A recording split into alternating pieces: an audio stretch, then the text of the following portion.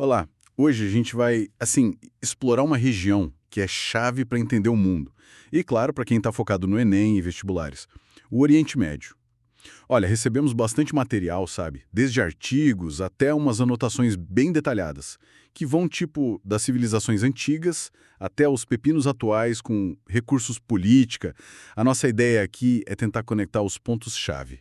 Vamos lá. Com certeza. É impressionante, né? Ver como a história lá de trás, a geografia do lugar, as religiões, a economia, como tudo isso se amarra e, forma um cenário de hoje. É muito intenso. Então, vamos começar pelo começo mesmo.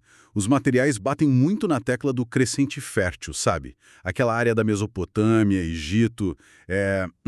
Incrível pensar que os rios Tigre, Eufrates, o Nilo, eles não só possibilitaram a agricultura, mas foram ali o palco onde surgiram as primeiras cidades, tecnologia e escrita. Exato. E essa herança antiga, ela não é só, assim, uma curiosidade histórica. Ajuda muito a explicar por que que a região sempre foi tão estratégica. A própria localização, né? Uma ponte natural entre Ásia, África, Europa. Isso sempre atraiu muitos povos, muitos impérios. E isso está bem claro nos textos. E que mistura, hein? Os textos falam de árabes, judeus, persas, turcos. É uma diversidade cultural assim enorme. E claro, né? É o berço de três gigantes da religião: judaísmo, cristianismo e islamismo. Só isso já dá o peso do lugar. É isso mesmo. Essa riqueza toda, cultural, religiosa, é uma marca registrada deles. Mas, como a gente vê nas análises, essa mesma diversidade, com o tempo, também virou um fator bem complexo nas dinâmicas políticas, sociais. É um mosaico, né?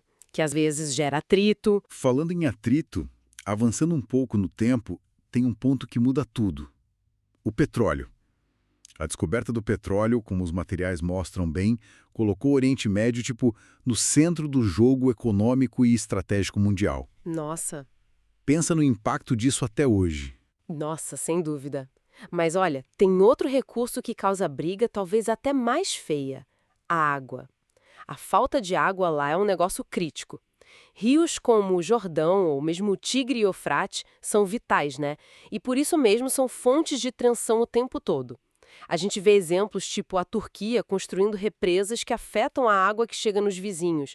E isso esquenta demais os conflitos ali na área. Então, para além dos recursos, tem essa questão política e religiosa muito amarrada. A região foi casa de impérios gigantes: persa, romano, otomano, e cada um deixou sua marca, né? Na organização política, na forma como os povos conviviam ou não conviviam. E a religião teve um papel central nisso tudo. O Islã, por exemplo, conseguiu unificar povos árabes, criou um império imenso, só que tem uma divisão interna importante que os textos mencionam, que é aquela que rolou depois da morte de Maomé, entre sunitas e xiitas, por causa da liderança, né? Essa é uma fratura, assim, que ecoa até hoje na geopolítica, nos conflitos da região. É bem marcante. Então tá, juntando as peças. A gente tem uma região que é tipo um caldeirão histórico, berço religioso fundamental para o mundo, um centro de disputa por coisas essenciais como petróleo e água, e com um cenário político e cultural super complexo, moldado por impérios, por divisões internas.